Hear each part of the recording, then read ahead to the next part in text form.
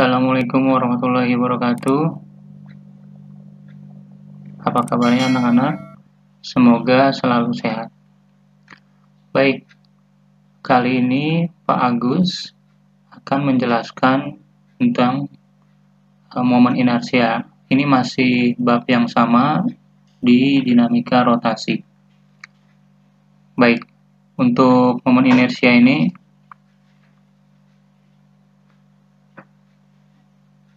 apa sih momen inersia? Untuk mengerti momen inersia itu sendiri, kita harus mengerti beberapa hal berikut. Ya, silakan kalian pilih benda mana yang paling sulit untuk digerakkan. Di sini terdapat 3 gambar. Yang paling kiri adalah sebuah pulpen. Yang di tengah adalah sebuah bangku atau kursi. Yang paling sebelah kanan adalah sebuah lemari. Dari ketiganya, silakan kalian perkirakan kira-kira mana benda yang paling sulit untuk digerakkan. Apakah pulpen, ataukah kursi atau bangku, atau sebuah lemari? Ya, sudah tahu jawabannya? Baik, benar. Jawabannya adalah lemari. Jadi timbul satu pertanyaan, mengapa lemari lebih sulit untuk digerakkan dibanding dengan kursi ataupun pulpen? Jawabannya adalah ya, jadi masanya paling besar di antara ketiga benda tersebut. Lemari memiliki massa yang paling besar. Nah, semakin besar suatu massa benda, maka akan berimbas kepada semakin sulit pula benda itu digerakkan.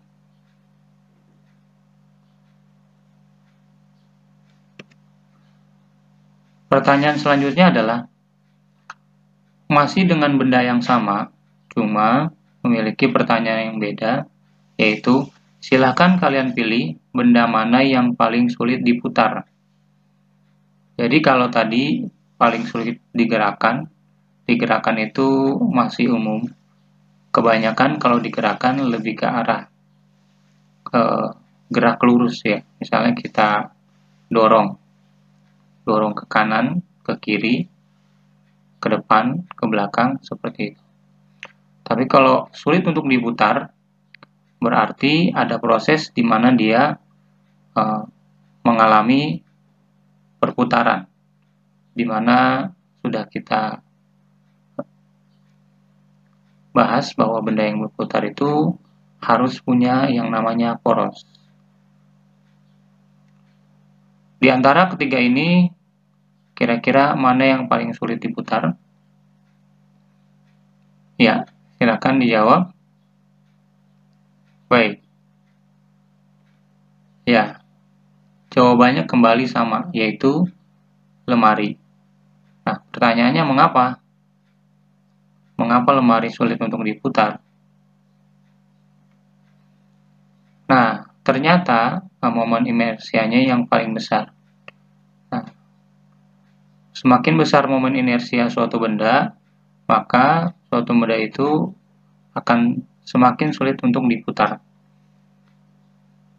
Jadi timbul suatu pertanyaan, apa itu momen inersia? Momen inersia adalah kecenderungan suatu benda untuk mempertahankan keadaan putarnya, baik tetap diam atau tetap bergerak memutar. Kalau suatu benda dalam kondisi diam, maka dia akan cenderung diam. Tapi jika sudah dalam kondisi bergerak memutar, akan cenderung juga tetap untuk berputar. Contohnya adalah bumi berotasi, artinya bumi berputar dalam waktu 24 jam dalam satu kali putaran, maka akan terus seperti itu. Untuk mencari nilai atau besar dari momen inersia dari suatu benda, kita menggunakan rumus I sama dengan mr kuadrat, di mana I adalah momen inersia dengan satuannya kilogram meter persegi, M adalah massa dalam kilogram, R adalah jari-jari.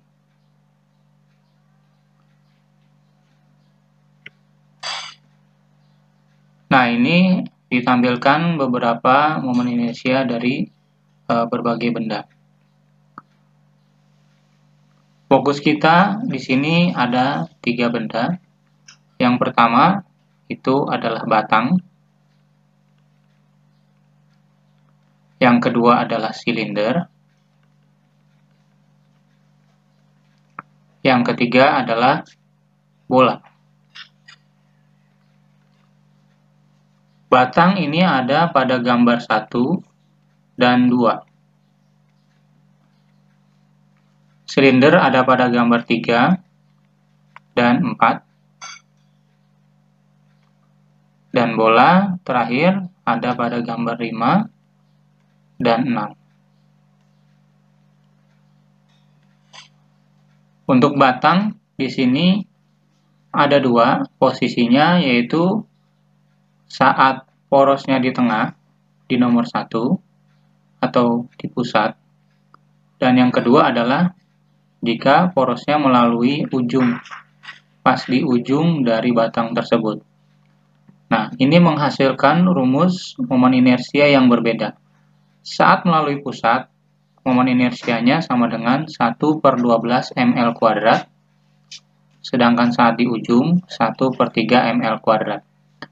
Di sini perlu hati-hati. Hati-hatinya bagaimana? Kalau misalnya ini kita anggap di tengah ya, porosnya di tengah, maka seakan-akan jari-jarinya ini setengahnya. Jadi misalnya L-nya adalah 2 meter. Nah, kita tahu berarti jari-jarinya adalah 1 meter. Ini contoh. Nah, mana yang kita pakai? Apakah 1 meter atau 2 meter? Nah, di sini nanti bisa jadi ada kekeliruan. Kenapa? Karena rumus awal itu kan mr kuadrat. Jadi R itu nanti seakan-akan adalah jari-jari. Tapi pada saat di batang, tidak pakai R, tapi L. L itu panjang dari batang secara keseluruhan. Jadi, L ini bukan jari-jari. Sehingga nanti kalau jari-jari 1 tidak kita masukkan 1, melainkan 2, yaitu panjang dari keseluruhan sebuah batang tersebut. Nah, ini yang harus kita perhatikan. Jadi diulang, untuk batang di tengah porosnya 1/12 ml kuadrat, untuk batang di ujung porosnya 1/3 ml kuadrat. Selanjutnya adalah silinder dibagi menjadi 2. Pertama adalah silinder tipis berongga. Berongga itu berarti bolong. Yang kedua adalah silinder pejal, artinya isi. Contoh silinder tipis adalah cincin. Cincin itu adalah sebuah benda yang bentuknya lingkaran, tipis, tapi tengahnya bolong. Untuk momen inersianya, mencarinya adalah dengan I sama dengan mr kuadrat. Kalau ditanya di depan M-nya ini angka berapa, jadi di depan M-nya ini bukan angka 0 ya, melainkan angka 1, karena ini adalah perkalian. Jadi kalau ditanya koefisiennya, kayak misalnya untuk batang kan 1/12, kalau di tengah atau di pusat, di ujung 1/3. Nah, untuk silinder tipis berongga, itu 1. Selanjutnya untuk silinder pejal, itu I-nya sama dengan 1/2 mr kuadrat. Nah, ini benar-benar jari-jari. Jadi, kalau misalnya nanti diketahui diameter, maka kita harus bagi 2 dulu. sehingga kita dapat jari-jarinya. Nah, di sini poin pentingnya juga adalah kalau kita lihat di gambar, porosnya pas di tengah-tengah lingkarannya ya. Nah, porosnya pas di tengah-tengah lingkarannya. Jadi ini porosnya di tengah-tengah lingkarannya. Jadi tidak membelah di sini gitu. Nah, ini tidak porosnya seperti ini, tidak. Jadi tidak porosnya di potongan panjang dari sebuah tabung gitu ya. Jadi porosnya pas melalui tengah-tengah sini, tengah-tengah dari pusat sebuah lingkarannya. Nah, untuk silinder pejal, contohnya adalah uang logam. Nah, uang logam itu adalah salah satu contoh dari silinder pejal. Silinder pejal kan artinya silindernya isi. Jadi kalau uang logam kan bentuknya lingkaran. Nah, terus di tengahnya itu tidak bolong. Jadi isi ya. Nah, dia punya jari-jari, nanti I-nya sama dengan setengah mr². Yang selanjutnya adalah bola, dibagi menjadi dua, yaitu bola pejal dan bola berongga. Pejal itu isi, berongga itu kosong. Untuk pejal, 2/5 mr², dan untuk bola berongga, 2/3 mr². Di mana diingatkan kembali bahwa porosnya melalui tengah atau pusat dari bola. Jadi melalui nanti dia titik pusatnya atau titik tengahnya. Ini pun juga sama. Jadi nanti dia melalui pusat dari bola. Nanti kalau gimana Pak? Kalau seandainya yang disajikan di sini semuanya tidak pas di tengah, ya. Contohnya seperti batang homogen. Jadi seharusnya memang rumus yang perlu kita hafalkan adalah yang pas di tengahnya. Kayak contoh batang homogen, berapa sih I-nya saat di tengah atau di pusat? Silinder berongga juga sama. Nah, apabila mengalami pergeseran, maka nanti ada rumus yang harus ditambahkan. Baik, ini adalah salah satu contohnya. Ini ada sebuah batang dengan massa 8 kg, panjang 6 meter. Nah, di sini ya, karena porosnya di pusat, jadi seakan-akan R-nya itu adalah 3 meter. R itu adalah jari-jari putarannya. Jadi dihitung dari ujung sampai ke porosnya. Nah, tapi masih ingat tadi sudah dijelaskan oleh Bapak bahwa kalau batang itu 1/12 ml², di mana L-nya bukan jari-jari. Artinya 3 meter ini tidak kita pakai dalam perhitungan. Jadi rumusnya kan adalah 1/12 ml², maka kita tulis terlebih dahulu rumusnya. Biasakan menulis rumus terlebih dahulu. Agar apa? Agar jelas dari mana kalian mengambil cara tersebut. Selanjutnya adalah 1/12 kita tulis ulang. Kenapa? Karena memang ini koefisien, tidak perlu diubah. Untuk massanya adalah 8 kg. Nah, massa 8 kg sesuai dengan yang diketahui. Perlu dibagi nggak Pak? Karena kan ini pas di tengah. Kita bagi nggak? Tidak perlu. Jadi massanya ini massa totalnya 8 kg. L atau panjangnya adalah 6 meter. Jadi bukan 3 meter.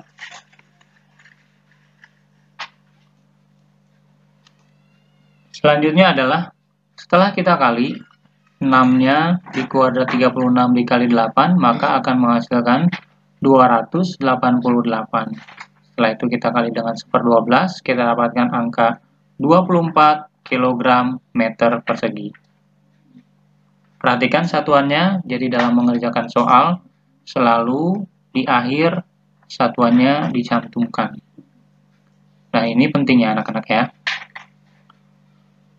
Dan dalam mengerjakan soal, jika esai ya, ini kan Bapak caranya langsung. Nanti kalian harus ada diketahui dan ditanyakan. Jadi misalnya diketahui masanya adalah 8 kg, L-nya adalah 6 meter. Yang ditanyakan adalah momen inersianya berapa. Dan ini dijawab. Dapat. Nah, seandainya itu adalah soal pilihan ganda dan harus disertakan caranya, maka misalnya jawabannya B, maka kalian beri jawaban B dengan ditutup kurung seperti ini, agar lebih jelas. Baik itu anak-anak, adalah jika soalnya sudah ada atau sesuai dengan yang di antara 6 rumus yang sudah disajikan tadi ya. Bagaimana tadi jika porosnya diubah? Nah, tadi Bapak kan sudah menjelaskan bagaimana nanti kalau porosnya diubah. Entah itu batang, entah itu silinder, entah itu bola. Jika misalnya tidak pas di tengahnya, tidak pas di pusatnya. Ya, seperti contoh ini adalah batang. Nah, memang banyak sekali atau paling sering adalah batang. Jadi kebetulan batangnya porosnya ini poros yang baru, yaitu di posisi D ini. Dengan keterangan yang sama, massa 8 kg, panjang batangnya 6 meter, tapi porosnya dipindahkan bergeser ke posisi D kecil. Tidak di ujung, tidak di pusat atau di tengahnya. Lalu bagaimana Pak caranya? Caranya adalah kita fokus di bagian I-nya. Jadi, untuk mendapatkan I yang baru, untuk I yang pas di posisi D, jadi kita, ini I D gitu ya, adalah I di pusat ditambah MD kuadrat. Jadi ini rumusnya ya, jika mengalami pergeseran.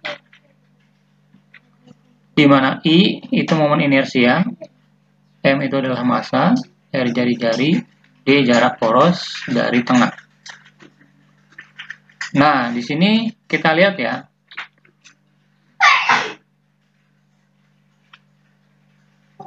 Dengan panjang 6 meter, jari-jari 3 meter, masih ingat R ini tidak kita pakai. Kenapa? Karena yang kita pakai adalah L-nya. Untuk pergeseran, ini ada keterangannya D sama dengan 2 meter, jadi D itu jarak pergeseran dari tengah.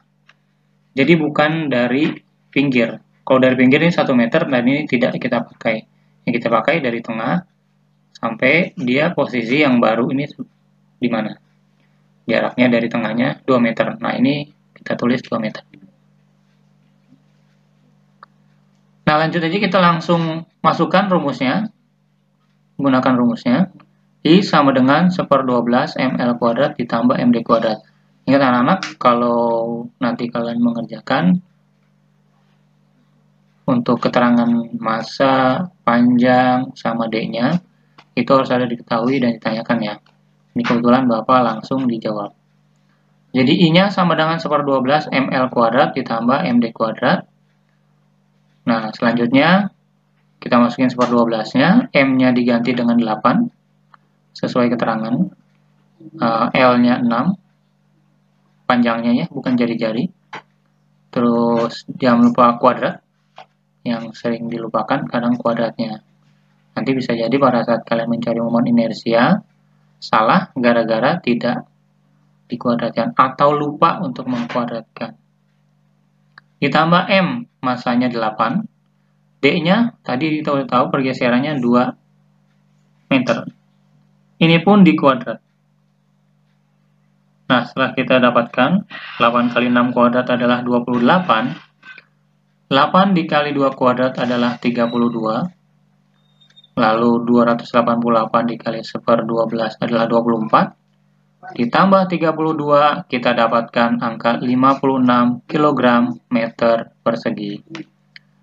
Nah, itu adalah contoh yang sudah Bapak sertakan, dan memang untuk batang inilah yang paling sering keluar, di mana ada batang di tengah, nanti untuk cari momen inersianya ada momen inersia untuk batang di ujung dan momen inersia untuk poros untuk poros di tengah, poros di ujung. Yang ketiga nanti porosnya tidak di tengah, tidak di ujung seperti contoh barusan. Insya Allah gampang ya, yang penting kalian perhatikan baik-baik. Nah, ini untuk momen inersia sampai di sini. Jika mungkin ada contoh soal yang lain, berarti nanti Bapak bahas di kesempatan berikutnya. Terima kasih. Setelah contoh yang ketiga. Contoh yang ketiga ini mencari momen inersia pada benda titik yang disajikan di dalam sebuah diagram Cartesius. Jadi ada 5 massa, 5 benda dengan posisi masing-masing. Ada yang di sumbu X, ada yang di sumbu Y, ada yang pas di poros, ada yang tidak di sumbu X maupun di sumbu Y. Nah, selama benda ini tidak jelas apakah dia bulat atau silinder, maka kita mencari momen inersianya menggunakan rumus ini momen inersia yang pertama, yaitu I sama dengan mr kuadrat, di mana R itu merupakan kalau misalnya di sebuah benda itu biasanya kan jari-jari, tapi kalau di sini yang lebih enaknya, lebih tepatnya, yaitu jarak benda ke poros. Nah, jadi nanti kita harus perhatikan porosnya itu apa. Jadi sesuai dengan soal yang diberikan. Baik, di sini soal yang diberikan, ini ada sebuah soal yang ternyata di sini ada masanya ada 5 ya. Nah, untuk lebih rapi mungkin kita bikin diketahui dulu ya. Jadi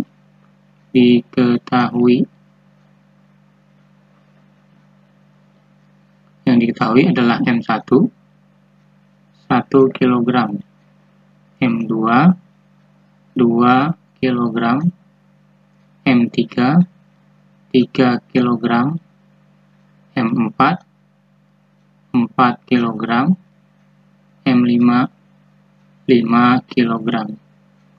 Selanjutnya adalah jari-jarinya. Dari mulai R1 kita lihat dulu massa 1 ada di mana. Nah, ini massa 1 ya. Dia tepat di tengah-tengah pertemuan antara sumbu X dan Y. Nah, kebetulan dia berarti juga di sumbu X. Nah, di dalam soal, tentukan momen inersia jika poros putar sumbu X. Nah, dan dia ada di sumbu X, sedangkan sumbu X adalah poros. Berarti berapa jaraknya terhadap poros? Berarti 0. Nah, berarti jaraknya itu 0 meter. R2 berarti kita berbicara tentang massa yang kedua. Nah, ini massa yang kedua. Nah, massa yang kedua ini tidak di sumbu X atau tidak di poros. Artinya dia punya jarak terhadap sumbu X. Gitu. Jadi, yang kita lihat itu jaraknya terhadap sumbu X. Kenapa? Karena sumbu X adalah porosnya. Maka tinggal kita masukkan, berarti jaraknya adalah 1 meter. Lanjut R3. R3 ini adalah massa 3. Nah, massa 3 ini kebetulan dia di sumbu X. Kalau di sumbu X, artinya dia punya jarak nggak terhadap sumbu X? Tidak ya, berarti dia 0 meter. R4. Kita perhatikan R4 sebelah mana? Ya, sebelah bawah sini. Apakah dia di sumbu X? Jadi selalu ditanya seperti itu. Karena poros di sumbu X, maka kita harus nanya, apakah dia di sumbu X? Bukan. Berarti dia punya jarak. Berapa jaraknya? Nah, tinggal kita masukkan. Berarti R4 adalah 1 meter. R5. Kita tanya lagi, apakah R5 ada di sumbu X? Ya, berarti dia tidak punya jarak terhadap sumbu X, atau 0 meter. Nah, nanti yang ditanyakan adalah momen inersianya. Maksudnya adalah I totalnya. Jadi, nanti masing-masing massa ini punya momen inersia. Nah, digabung menjadi momen inersia total. Nah, kita jawab. Jadi, I total itu tinggal kita jumlah. Jadi, I1 tambah I2 tambah I3 tambah I4 tambah I5. Nah, di sini tidak ada pengurangan. Kenapa? Karena di sini bukan vektor. Jadi mau kemana juga dia letaknya, di mana di sini gitu ya. Selama dia punya massa dan punya jarak, dia nanti ada nilainya. Baik, dan tidak negatif ya. Kita lanjutkan, kita ganti dengan rumus I itu kan tadi MR kuadrat ya. Yang tadi yang ini. Nah, ini tinggal kita masukin di sini. Cuma kalau dia 1 berarti M1 R1 kuadrat. Kalau 2 berarti ditambah M2 R2 kuadrat tambah M3 R3 kuadrat tambah R4, maaf, harusnya massanya dulu ya, M4 R4 kuadrat ditambah M5 R5 kuadrat. Jadi diingatkan kembali, kenapa MR kuadrat? Karena dia bukan misalnya batang atau bola atau silinder yang sudah jelas ditentukan bentuknya. Kalau seperti ini dianggap sebagai sebuah benda titik gitu, dimana kita tidak bisa menentukan benda ini termasuk jenis apa. Nah, jadi rumus yang kita pakai, rumus umum dari momen inersia, yaitu I sama dengan MR kuadrat. Nah, gimana cara ngerjainnya lagi? Tinggal kita masukin. Nah, inilah gunanya kalau kita sudah menulis, diketahui massanya, diketahui jari-jarinya atau jarak benda ke porosnya, maka tinggal kita masukkan ke rumusnya. M1-nya 1, R1-nya 0 di kuadrat, tambah M2-nya 2, R2-nya 1 di kuadrat, tambah M3, 3, R3-nya 0 kuadrat, ditambah M4, 4 dikali R4-nya 1 di kuadrat, ditambah M5-nya 5, terus R5-nya adalah 0 di kuadrat. Nah, yang 0 kuadrat kali 1 ini 0, 0 kuadrat kali 3 ini 0, 0 kuadrat kali 5 ini 0. Nah, sisanya tinggal 1 kuadrat kali 2, 2, 1 kuadrat kali 4, 4. Nah, tinggal kita jumlahkan 2, 0 tambah 2 tambah 0 tambah 4 tambah 0. Jadi poinnya adalah di 2 dan 4. Nah, 2 ditambah 4, kita dapat jawabannya 6. Nah, di sini jangan lupa satuan dalam kilogram meter persegi. Nah, di sini kalau sudah, nanti kita lihat di sini di antara ke-5 pilihan mana yang paling cocok jawabannya. Ya, berarti jawabannya yang D ya. Nah, di sini nanti kita tandain berarti jawabannya adalah D. Nah, ini adalah salah satu contoh benda titik di mana di sini ada 5. Bisa jadi nanti ada yang 2, ada yang nanti cuma ada sumbu X saja, atau ada sumbu Y saja. Yang jelas harus kita lihat, yang penting itu adalah porosnya di mana. Porosnya ini buat apa? Untuk menentukan R-nya. Massanya kemungkinan besar nanti akan diketahui. Jadi, itu adalah hal yang penting. Baik, Bapak rasa cukup. Mungkin nanti akan di pertemuan selanjutnya.